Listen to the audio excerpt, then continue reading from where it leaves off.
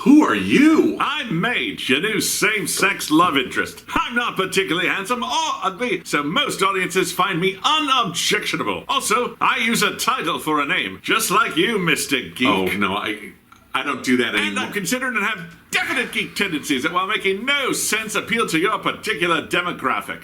Shall we share a single kiss before I'm written off and people write fan fiction about us for the next 30 years? But I'm straight.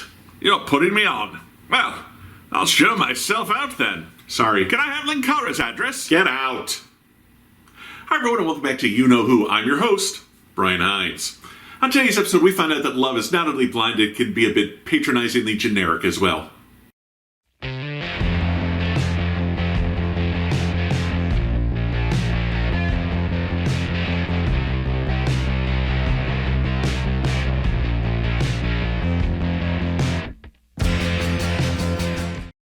In a time and place that shall be forever unknown to us.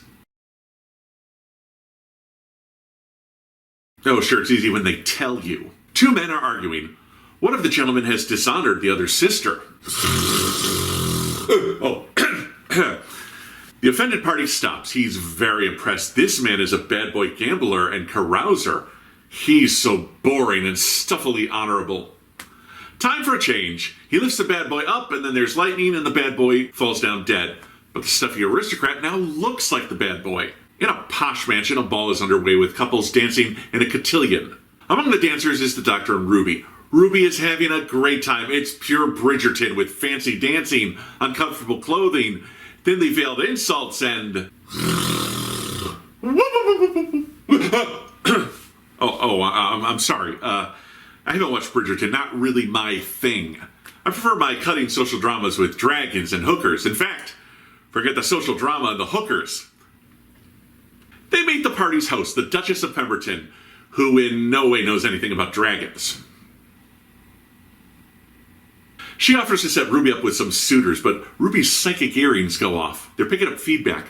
The Doctor looks to track down the source of the psychic energy, and it leads him to a dashing fellow on a balcony. The bad boy from earlier comes in and pitches some serious woo at Ruby, but she sees right through him and walks off, coming upon a painting of a very familiar-looking woman.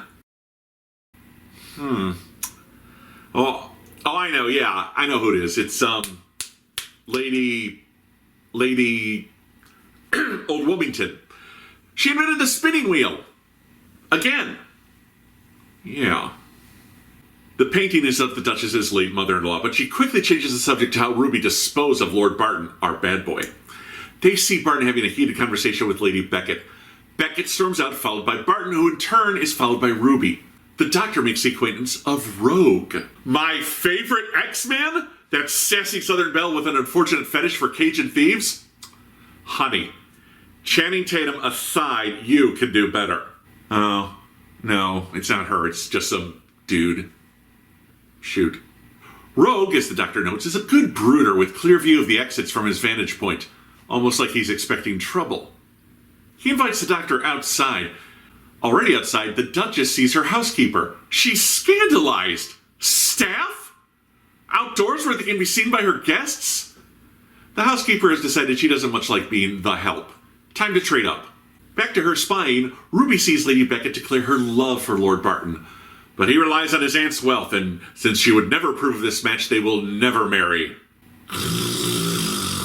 Oh, for God's sakes, will somebody break out a lightsaber or something? They go for a kiss. When Ruby fumbles a book and creates a noisy distraction, Bart leaves, and Lady Beckett's convinced she's ruined, what with Ruby knowing about her secret tryst and rejection. Meanwhile, Rogue and the Doctor come across the Duchess's desiccated corpse. Each accuses the other of the murder. You. No, you. Excuse me, Ruby has settled Miss Emily Beckett down. They'll forget about Barton the 2020s way. Hit the dance floor. Rogue thinks the Doctor is a Cholder, a shapeshifter that he's been paid to find. Rogue is a bounty hunter and takes the Doctor aboard his cloaked ship. Barton and the Duchess are admiring the party. She's already chosen her next outfit. Ruby. Rogue is charging up a teleport that will send the Doctor into his incinerator. The Doctor sees a set of gaming die and realizes that Rogue took his name from Dungeons and Dragons. So, Rogue. Not like Venger or Tiamat or Eric. Some people have no imagination. The doctor convinces Rogue to scan him, but he still comes up as shapeshifter. With the incinerator counting down, the doctor throws his psychic paper to reactivate the scanner, this time showing a picture of David Tennant, and eventually even more doctors.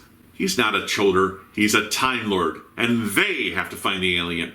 As Ruby and Emily are talking, they come across the dead housekeeper's body. The doctor allows Rogue into the TARDIS. They're going to exile the Cholder to a barren dimension. Meanwhile, the doctor wants to know, who did Rogue lose? That's a 2-person ship he came in. Yes, he lost someone. The doctor lost everyone. He just has Ruby, his BFF. The doctor offers Rogue a chance to travel with him, but Rogue wants to know if the doctor would travel with him. They get close and flirty. Sexual tension aside, Rogue and the doctor catch up with Emily and Ruby. The doctor realizes the Cholder is just here for shits and giggles. They arrive on planets, take over fun bodies, and live out their fantasies until they get bored. They especially love scandal, so the doctor asks Rogue to dance. Oh, but what truly scandalous dance shall they do? The minuet? The foxtrot? No, I know. The hokey pokey. Oh, those delicious body parts being pulled in and out, add in a little jiggling. Ooh, delightful. Two men dancing together in the 1800s soon have all eyes on them. The doctor shoots out condemnations at Rogue, accusing him of toying with his affections. But even he seems taken aback when Rogue gets down on one knee. The doctor storms out and Rogue follows. Now obsessed, the Duchess and Barton follow. Ruby and Emily then see Barton transform into a bird-like humanoid. Naturally, this freaks Emily out a bit. The doctor realizes they're in over their heads. Not only the Duchess and Barton, but 2 others? It's a whole Cholder family. They run.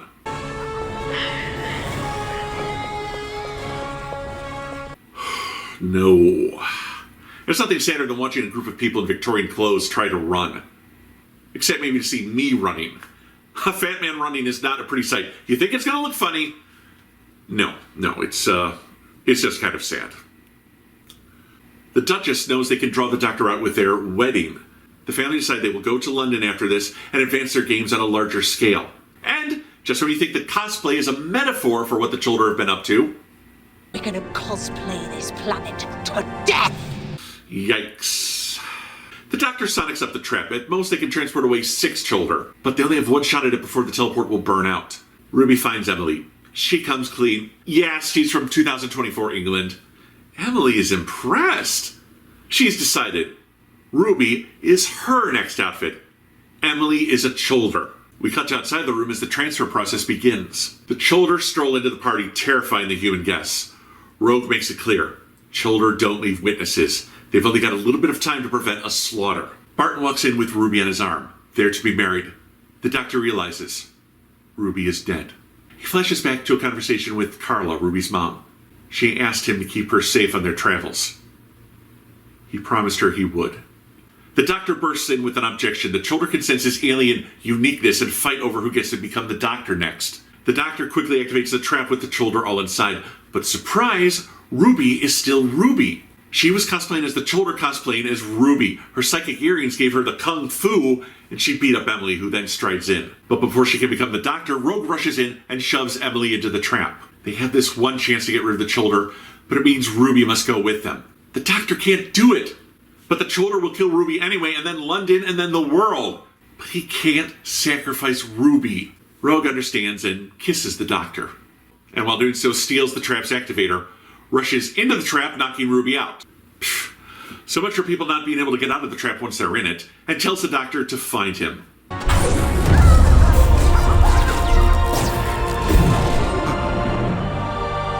Afterwards, the doctor sends Rogue's ship into lunar orbit until he gets back. There are infinite dimensions, so he just can't go pick him up in the TARDIS. The doctor just wants to go and move on, but Ruby makes him stop. They have a long hug and she heads to the TARDIS. Taking a moment alone, the doctor slips on a ring Rogue left behind and offers a salute to the heavens. Okay, I'll be blunt. I did not like this episode for a variety of reasons. First off, I'm not a big fan of Victorian society. I don't care for your oh-so-polite but still kind of bitchy, frenemy, high society politics. It's not my thing. Too high school for my tastes. And the Cholder. They are boring. Birdmen. Well, I guess we've done Catmen and Dogmen on New Who. Oh, and don't forget they had that Fishman on Torchwood. I guess we were due for birds. But they're written as spoiled, entitled children, and coming off of Dot and Bubble, which I think did that writing much better, they just don't make much sense. They travel alone, except when they don't. They like to cosplay, but seemingly always start out picking the worst person to be. So how invested can they be in the society they infiltrate if they don't do any research? And story-wise, we're about 2/3 of the way in before the children finally reveal themselves and begin to pose an actual threat. Until then, they're just hiding in the background, occasionally murdering pretty boys and literal old maids. And while I'm glad they had fun using modern colloquialisms in Victorian times, the whole idea of alien cosplayers seemed a bit far-fetched, and they do overuse the term to my taste. Yes, eventually the TV signals of Bridgerton will reach outer space, assuming that's how TV still works in the streaming era. I'm not really sure. But then, what are the children doing in actual Victorian times? Do they have time travel? Does Rogue? And Rogue, or not Captain Jack as we'll call him, played by American singer Jonathan Groff. This character is just vague enough to get away with his part. He's lost someone but won't say who. He and the Doctor find each other attractive, so he can get down on one knee and everyone gasps. He's a badass bounty hunter, but he's also a safe little nerd because Dykes, I guess. Shunigatwa, the Doctor, is openly queer, so I think it's safe to say that his Doctor is going to have more chemistry with male characters than, say, your River Song or whatever young female companion is in love with the Doctor this week. But the romancing moments between Rogue and the Doctor seemed more one-sided, with Shuni pitching compliments and Groff being sly and subtle.